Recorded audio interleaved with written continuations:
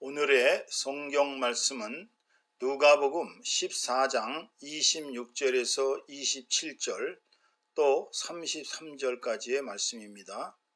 26절 무릇 내게 오는 자가 자기 부모와 처자와 형제와 자매와 더욱이 자기 목숨까지 미워하지 아니하면 능히 내 제자가 되지 못하고 27절 누구든지 자기 십자가를 지고 나를 따르지 않는 자도 능히 내 제자가 되지 못하리라.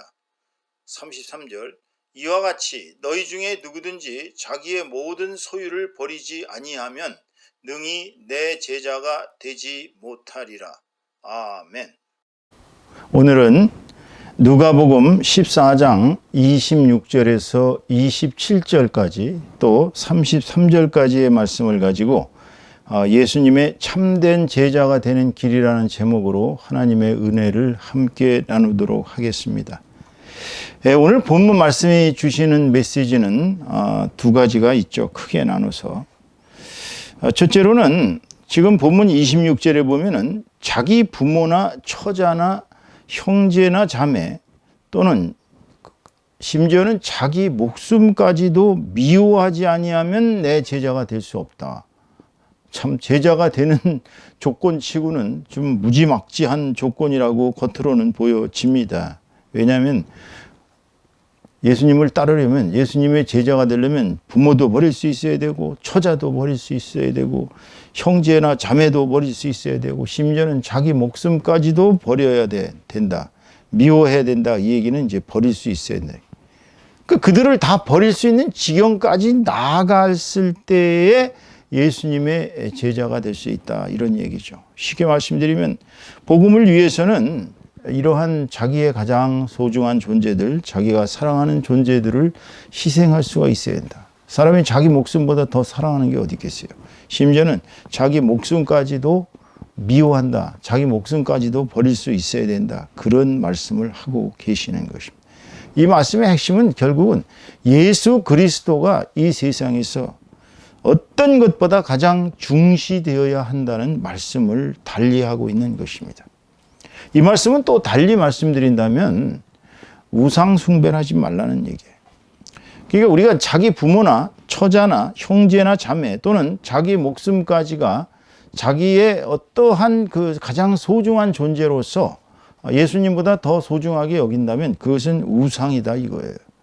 우상이라는 것이 꼭 무슨 뭐 괴상망측한 그러한 신상들이나 조각들이나 어떠한 그 그림이나 뭐 이런 걸 놓고서 거기다가 대고 절만하는 것이 우상이 아니라 내가 만일에 마음속에서 내 애인을 예수님보다 더 소중히 여긴다. 그럼 그 애인이 우상이 되는 것입니다. 내 새끼가 예수님보다 더 귀하고 예수님보다 더 사랑스러우면 그것은 우상이 되는 것입니다. 그러니까 예수님이 얘기하시는 지금 이 내용의 핵심은 예수님이 가장 그 자기에게 소중한 존재가 되었을 때 비로소 제자가 될 수 있다 이런 얘기. 그러니까 예수 그리스도를 자기의 마음의 유일한 하나님으로 삼고 최고 유일의 예수님의 가르침대로 살아갈 수 있을 때야 비로소 제자의 자격이 생긴다는 것입니다. 사실 우리 크리스찬들의 가장 어려운 말씀 중에 한 부분이 오늘 준 메시지예요. 자, 이렇게 얘기하면 보통 사람들은 나 안 할래. 내가 어떻게 아버지 어머니를 버리고 내가 어떻게 내 처자를 버리고 어떻게 내 형제나 자매를 버리고 심지어는 어떻게 내 이 소중한 하나밖에 없는 목숨, 이 우주 안에서 바꿀 수 없는 내 목숨을 버리겠느냐. 고로 나는 예수 그리스도를 섬기지 않겠다라고 얘기하는 사람들이 예상보다 많습니다. 그래서 여러분들이 지금 마음속에서 한번 스스로 점검을 해보세요. 예수 그리스도가 여러분의 마음속에 가장 소중한 존재입니까? 아니면 여러분의 부모나 처자나 애인이나 또는 여러분의 형제 자매나 친구나 또는 자기의 목숨입니까? 여기서 우리는 바로 제자가 되기가 얼마나 어려운지를 주님께서 말씀하고 계시는 것입니다. 이것이 본문 26절의 뜻이에요. 두 번째로 본문 20절에 보면은 주님은 우리에게 자기 십자가를 지라고 명령하고 계십니다. 이 십자가라는 얘기는요, 사실 듣기가 매우 거북한 얘기입니다. 왜냐하면 이 십자가형이라는 것이 아시다시피 로마에서도 로마 시민은 십자가형을 처하지 않았습니다. 십자가형을 받은 사람은 뭐 거의 반역자 수준, 이방인이면서 반역자이고, 로마라는 국가의 최고의 그 악질적인 범죄자들에게만 십자가형을 지었습니다. 그러니까 예수님이 그 큰 십자가를 지고 골고다 언덕길을 올라갔다는 얘기는 그 당시에 안목으로 봤을 때는 가장 처참한 풍경이었을 거예요, 아마. 그러니까 예수님이라는 죄인이 얼마나 큰 죄를 저질렀길래, 모르는 사람들이 그랬겠죠. 저 자는 얼마나 큰 죄를 저질렀길래 저 큰 십자가를 메고 그 골고다의 해골이라는 언덕길을 그렇게 올라갔어야 되느냐. 근데 예수님은 우리에게 네 십자가를 지고 나를 따르라고 얘기하고 있거든요. 그럼 여러분의 십자가는 뭡니까? 여러분의 십자가는 바로 주님이 우리에게 주시는 누구나 해야 할 소명이에요. 소명, 즉 미션이라는 것입니다. 미션을 받지 않고 그냥 나 예수 믿었으니까 나 구원받았고 나 그냥 천국 갈래, 이런 사람은 없어요. 왜냐하면 여러분의 그 영원한 생명인 그 영생은 바로 예수님이라는 절대자가 희생을 당해서 얻어진 결과이기 때문에 예수님은 그 당신의 핏값을 우리 성도들이 질 만큼 다 요구합니다. 너는 이러한 미션을 수행해라. 예를 들어서 어떤 사람이 능력이 없어서 자기는 교회당에 나가서 주일마다 열심히 화장실 청소한다. 그러면 그것이 미션이 되는 거예요. 근데 어떤 사람은 배운 게 많고 가진 게 많은 사람은 그만큼 큰 미션이 주어지는 것입니다. 그러니까 주님이 우리에게 주시는 미션은 당신께서 걸었던 그 고난의 길, 골고다 언덕으로 올라가셨던 그 고난의 길, 순교의 길이 그분이 가셨던 길이었던 것과 꼭 마찬가지로 우리도 그런 순교자의 길을 가야 제자도를 완성한다는 것이에요. 그러니까 제자는 제자의 길이 있고 바로 그리스도와 닮은 고난의 길이요 순교자의 길을 가야 한다는 것입니다. 그러니까 궁극적으로 십자가를 우리가 메고 간다는 것은 예수 그리스도와 닮은 그런 고난의 십자가를 맬 수 있어야 하고 우리가 순교자의 자세로 살아갈 수 있어야 된다는 것을 얘기합니다. 만약에 어떤 사람이 나는 결정적인 순간에 가서 예수 그리스도를 부인할래. 그러면 예수 그리스도께서도 아버지 하나님 앞에서 나도 너를 부인하겠다고 분명히 얘기하고 계셔요. 우리가 어떤 상황에 부딪혀서도 목숨까지도 내걸고, 여러분 그런 얘기 많이 들으셨잖아요. 이슬람 국가들에서 행해지는 그 무지막지한 기독교인들 핍박은 대단합니다.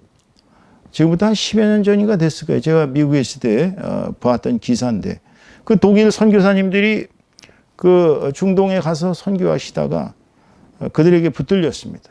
그래서 그들은 종교를 부인하고 자기네들의 그 마호메트, 즉 이슬람교로 개종할 것을 요구하면서 예수를 부인하면 살려주겠다고 그 독일 선교사님들 4분한테 각각 회유를 하고 협박을 하고 그랬습니다.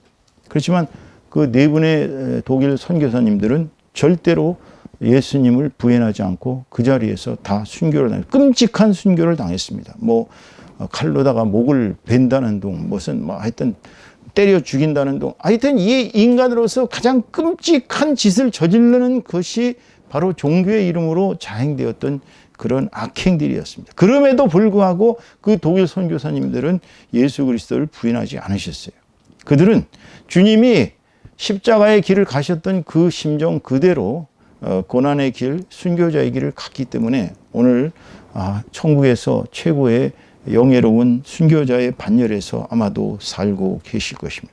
이렇게 얘기하니까 아이고 나도 결국은 내 목숨 바쳐야 되나 보다라고 생각하실 수가 있겠지만 그렇지 않습니다.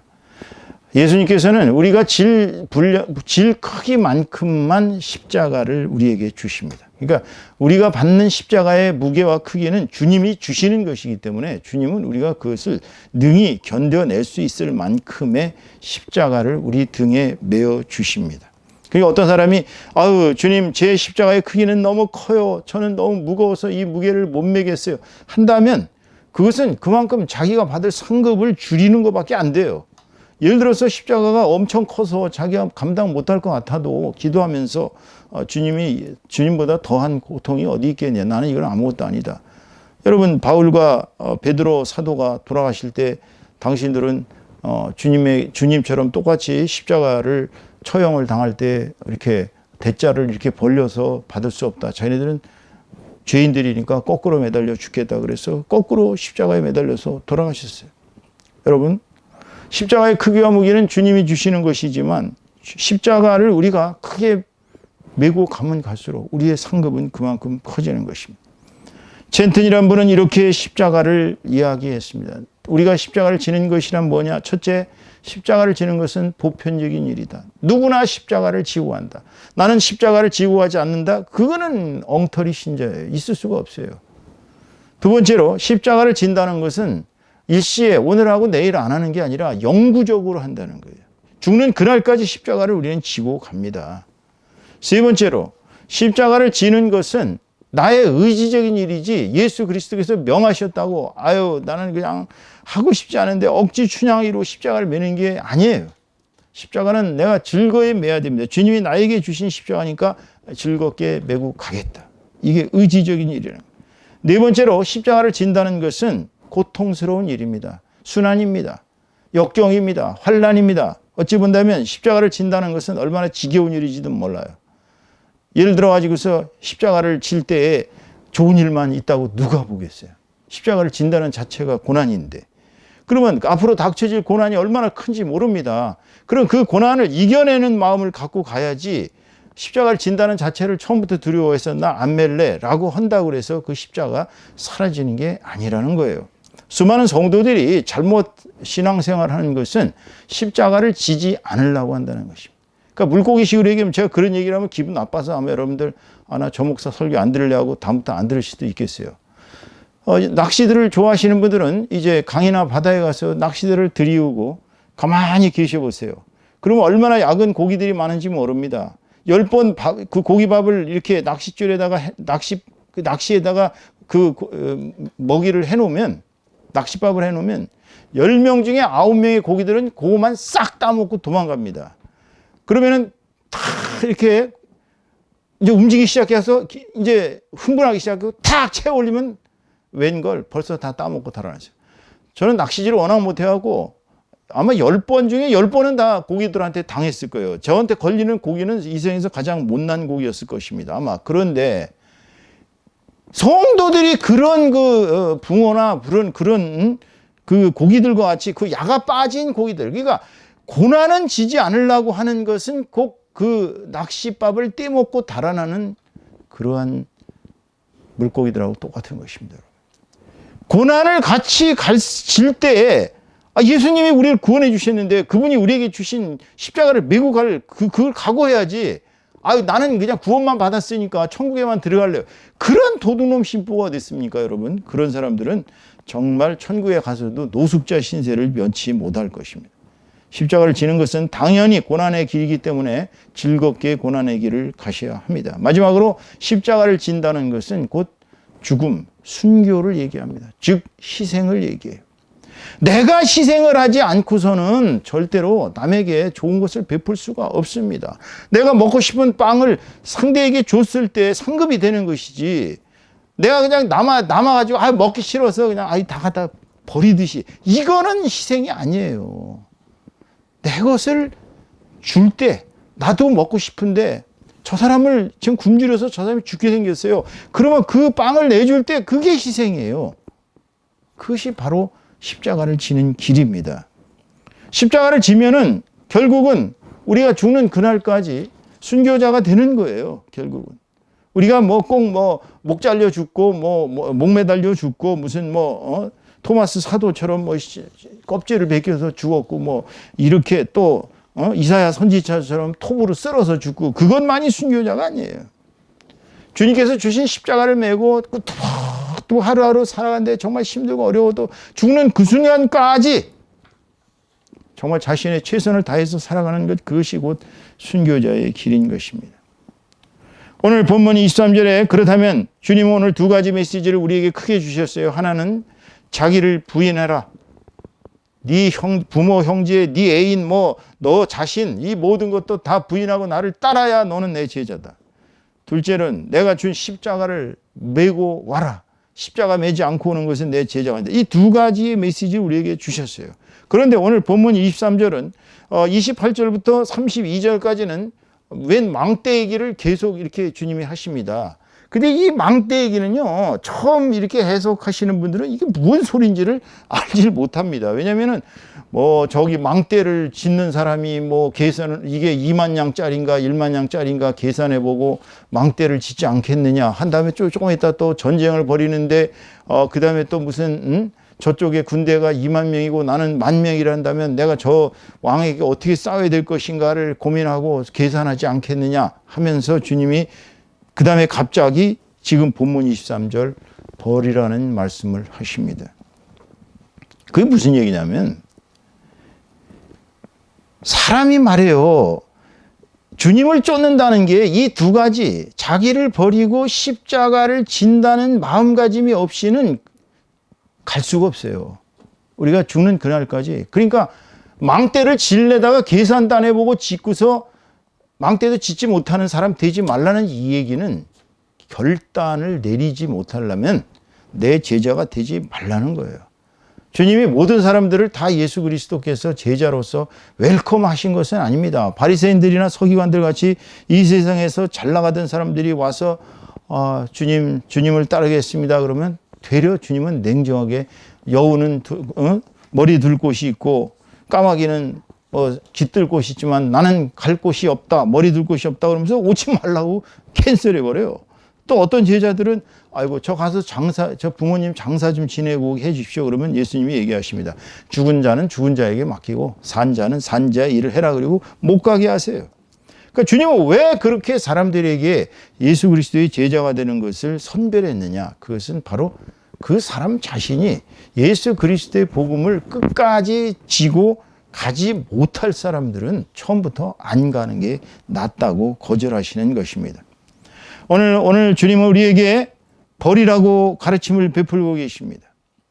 자기 소유의 모든 것을 버리지 않고는 나를 쫓을 수가 없다고, 내 제자가 될 수 없다고 냉정하게 얘기하세요. 이것도 몹시 냉정한 얘기. 오늘 이 메시지를 보면은 이 세 가지 메시지 보면 아이고 예수 그리스도라는 분의 제자가 된다는 것 정말 공자의 제자가 되는 것보다는 훨씬 어렵구나. 공자 제자는 쌀 5마리인가만 갖다 바치면 누구나 다 제자로 삼아 주었습니다. 그래서 수많은 3,000명의 제자들이 버글버글 거렸어요. 그런데 예수님은 목숨까지도 나를 위해 바치라고 얘기하십니다. 심지어는 네 가진 소유를 다 버리지 않으면 내 제자가 못 된다고 얘기합니다. 그 부자 청년이 왔을 때 부자 청년이 어떻게 영생을 얻을 수 있겠습니까? 그러니까 지난 시간에도 말씀했지만 부자 청년에게 얘기하시죠. 10계명을 다 지켜라. 다 지켰습니다. 어릴 때부터. 그러더니 사랑하시는 눈빛으로 보면서 하나 부족하다. 네가 가진 모든 것을 팔아서 가난한 자들에게 나눠주고 나를 쫓으라. 그러면 하늘에 금은 보화가 상급이 잔뜩 쌓일 것이다. 그런데 그 청년은 부자인 관계로 그냥 가버리죠.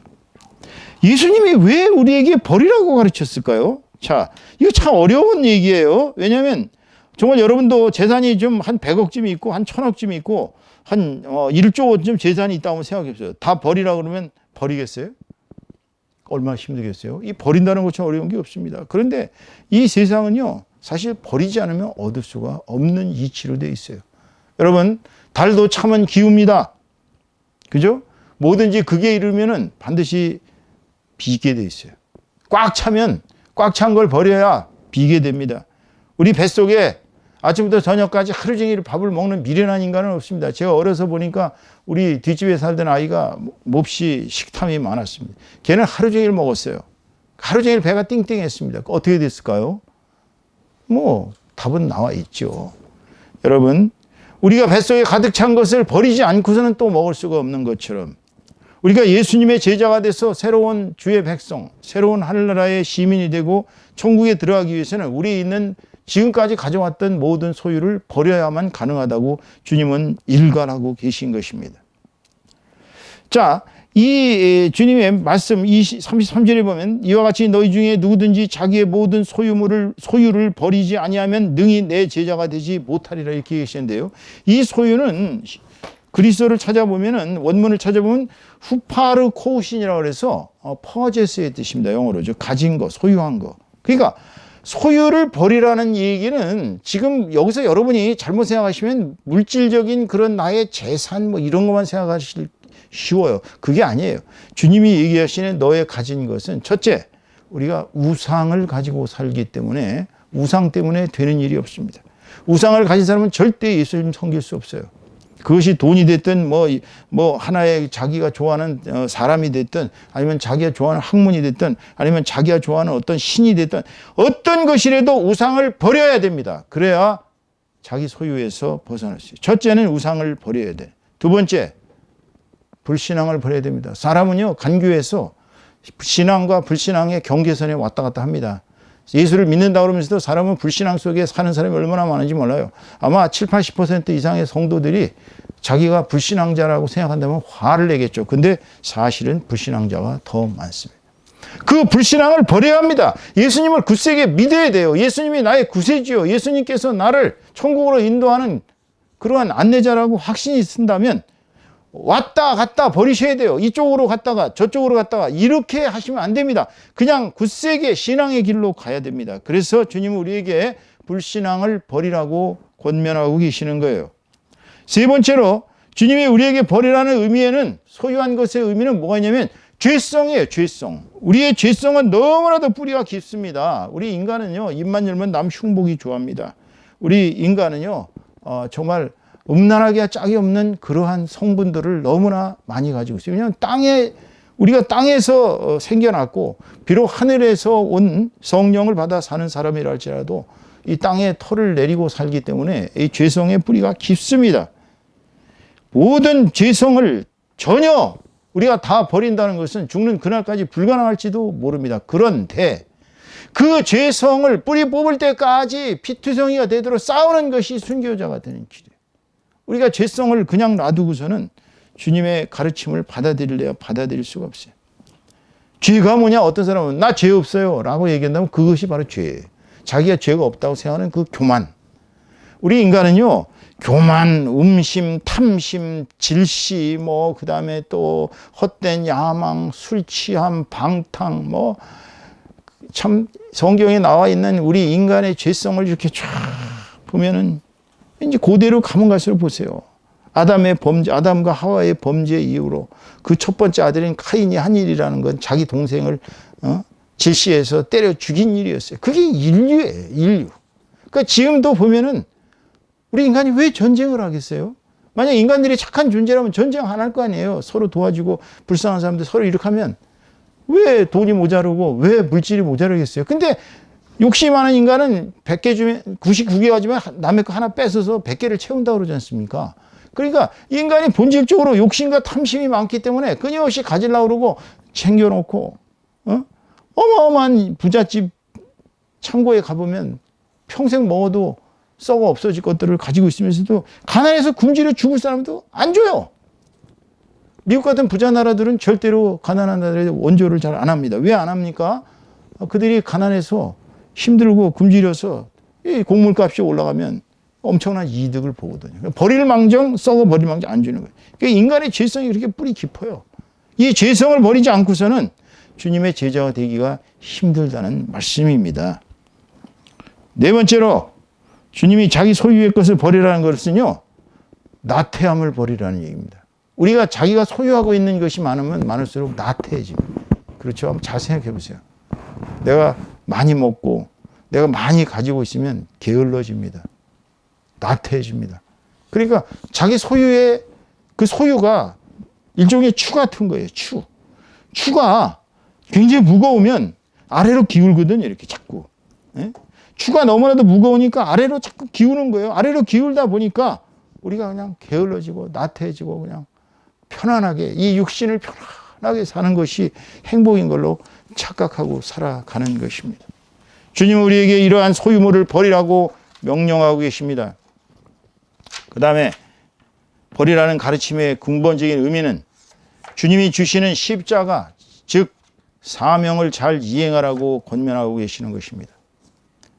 구원받고 만족해서 나태해지면 한 달란트 땅에 파묻어 놓고 주님 오실 때 이렇게 땅에서 파가지고 그 한 달란트 돌려드리면서 주님은 굳으신 분이라 제가 이걸 숨겨놨다가 여기 이렇게 바칩니다. 그러면 주님께서 욕하시죠. 이 악하고 게으른 종아. 내가 그런 줄 알면 네가 왜 그걸 갖다 은행에다 맡겨서 이자리에도 받았어야지. 아무런 이식도 남기지 않고 게을러 터지게 그렇게 한 달란트 땅에 파묻어놨냐. 혼내십니다. 사명을 이행하지 않는 인간들은 한 달란트 땅에 파묻은 인간하고 다를 게 없어요. 그래서 제자는 스승의 가르침대로 살아가는 것이 원칙입니다. 이렇게 보면요, 참 이 사람이 어릴 때부터 이 배운 그 가르침이 무섭습니다. 제가 17, 18살 때부터 읽었던 그 우리 고대사에 관한 책들, 그리고 20대 초에 만났던 고 이유리 선생 같은 분들한테 들었던 이 얘기가 지금 나이가 지금 70이 내일 모레인 저도 지금도 그 가르침을 잊지를 못하고 있어요. 예? 예수 그리스도가 우리에게 가르치신 것을 그대로 따라가는 것이 십자가를 지고 사명을 이행하고 가는 길이에요. 그런데 문제는 그 길이 화려한 꽃길이 아니라는 거예요. 예? 이름도 빛도 없이 묵묵히 주님의 사명을 이행하는 성도가 훌륭한 사람입니다. 뭐 대형교회 목사가 돼갖고 뭐 몇만 명을 거느리고 뭐 의리번쩍 세계에 선교하고 뭐 오직 세계 하는 그런 분들이 훌륭한 것이 아니에요. 이름도 빛도 없이 저 오지에서 그 원주민들에게 그리스도의 복음을 전하느라고 정말 피땀을 흘리는 그런 분들이 훌륭하신 분입니다. 제가 그런 분을 한번 뵀어요. 저는 인생에서. 제가 보스턴에서 신학교 다닐 때 참 창피한 얘기입니다만은 저희 집에 전기가 끊어졌습니다. 어느 날 갑자기 가스레인지를 켰더니 밥을 해 먹으려고 켰더니 가스레인지가 안 나와요. 그래서 학교 측에다 알아보니까 전기세를 못 내서 끊었대요. 그래서 저는 황당했습니다. 그런데 조금 있더니 다시 키니까 또 들어왔어요. 그래서 이게 또 어떻게 된 일인가 하고 또 이제 우리 학생감한테 가서 물어봤습니다. 그랬더니 어느 분이 우리 한전도사를 위해서 돈을 내고 갔다네요. 근데 누굽니까? 라고 물어보니까 절대 밝히지 말라고 부탁을 해서 밝힐 수가 없다는 거예요. 근데 전 대충 누군지 감이 오더라고요. 그 선교사님은 우리나라 최대 대형교회 담임 목사님하고 같은 방에서 같이 공부를 했고 그분은 정말 큰 대형교회 우리나라 최고교회 목사가 되셨고 이 선교사님은 이름도 없이 빛도 없이 티벳에 가셔서 거기서 티벳의 장애우들을 사역하시는 그때 당시 사모님이 아니었죠. 그 선교사님하고 같이 사역을 시작하시면서 티벳의 영혼들을 위해서 그들을 품고 그 고지대에서 정말 힘들게 평생 사역을 하셨습니다. 정말 그 삶의 신선함이란 나중에 결국 심장병까지 걸리셔서 심장을 수술 안 하면 왜냐하면 이게 워낙 고지대이기 때문에 티벳은 8,000m 막 이렇거든요. 그러다 보니까 심장병이 걸리셔서 돌아가시기 일보 직전이었어요. 다행히 하나님께서 살려주셔서 심장 수술하시고 다시 그 이름도 없이 빛도 없이 그분은 선교사님의 길을 가시다가 연세가 너무 많으셔서 이제 은퇴하셔갖고 지금은 어디 가셨는지 흔적도 찾을 수가 없습니다. 제가 여러 번 메시지를 보내고 여러 번 찾으려고 그랬는데 연락이 없으세요.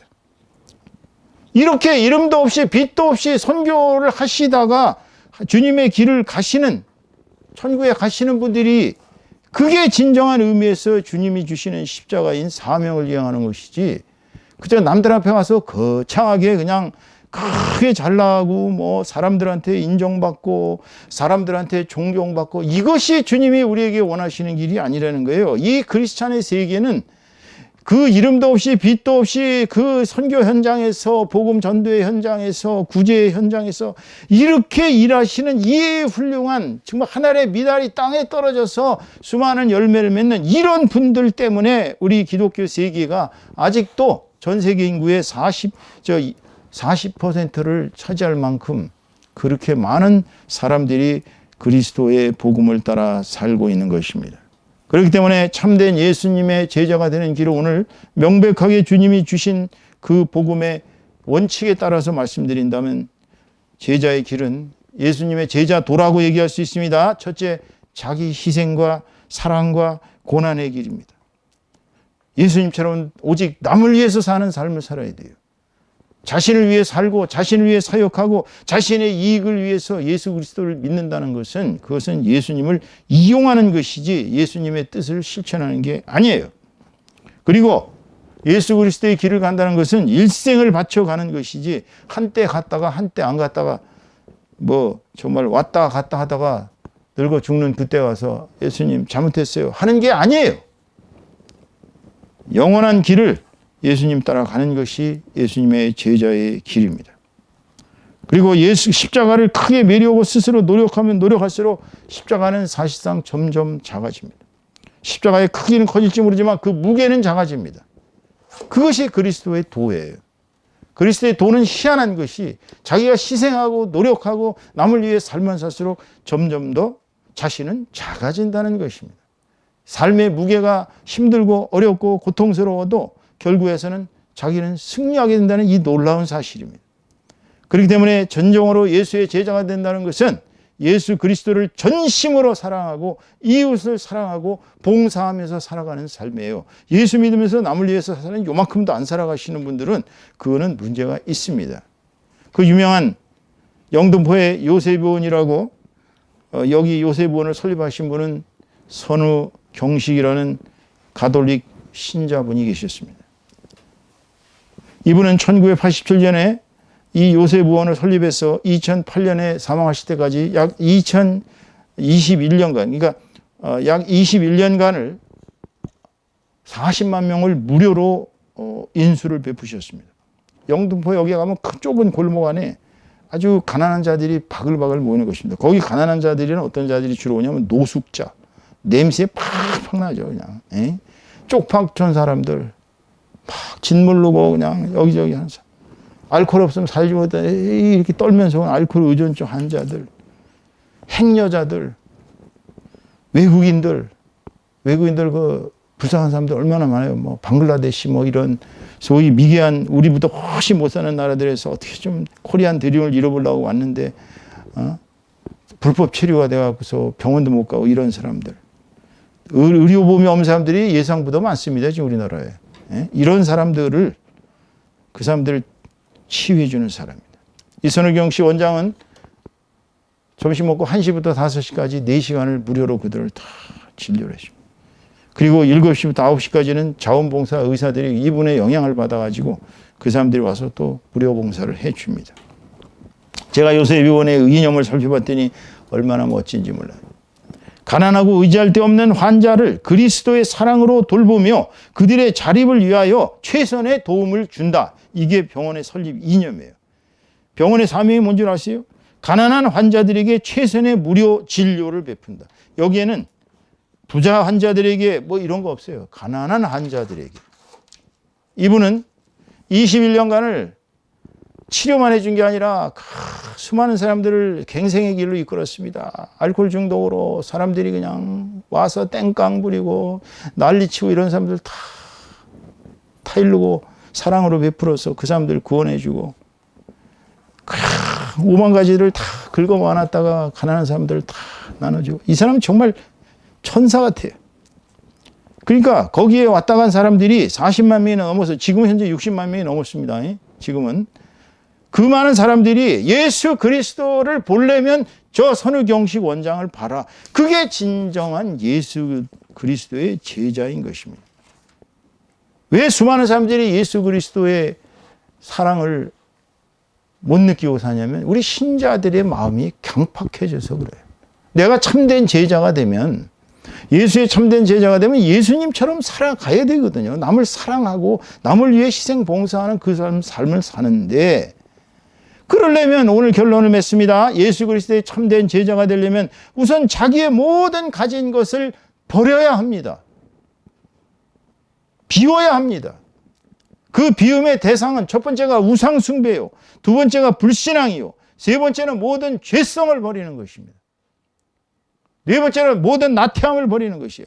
그럴 때에 주님이 주시는 십자가, 우리에게 주시는 그 십자가인 사명을 우리가 붙잡고 일평생 꿋꿋하게 뚜벅뚜벅 이행해 나가는 것이 바로 예수 그리스도의 참된 제자가 가야 할 길인 것입니다. 저도 이렇게 큰 소리 쳤습니다마는 저도 그렇게 살았는지 모르겠습니다. 그러나 저와 여러분, 오늘 이 설교 이후로 예수 그리스도의 참된 제자가 되기 위해서 우리는 주님이 가르치신 대로 우리가 가진 모든 것을 비우고 주님이 주시는 십자가를 메고 그리고 우리가 또박또박 주변에 불쌍한 사람들을 위해서 정말 그리스도의 길을, 십자가의 길, 고난의 길을 간다면 우리에게는 저 천국의 영원한 생명의 면류관이 반드시 우리에게 주어질 것을 믿습니다. 저와 여러분, 오늘도 주님의 가르치심을 그대로 따라서 이제 내주부터는 이제 추석이 시작되는 연휴의 주간인데요. 이제 여러분들 다 함께 예수 그리스도의 가르침을 실천하여 참된 제자가 되는 저와 여러분 다 되시기를 주님의 이름으로 축원합니다. 축원합니다.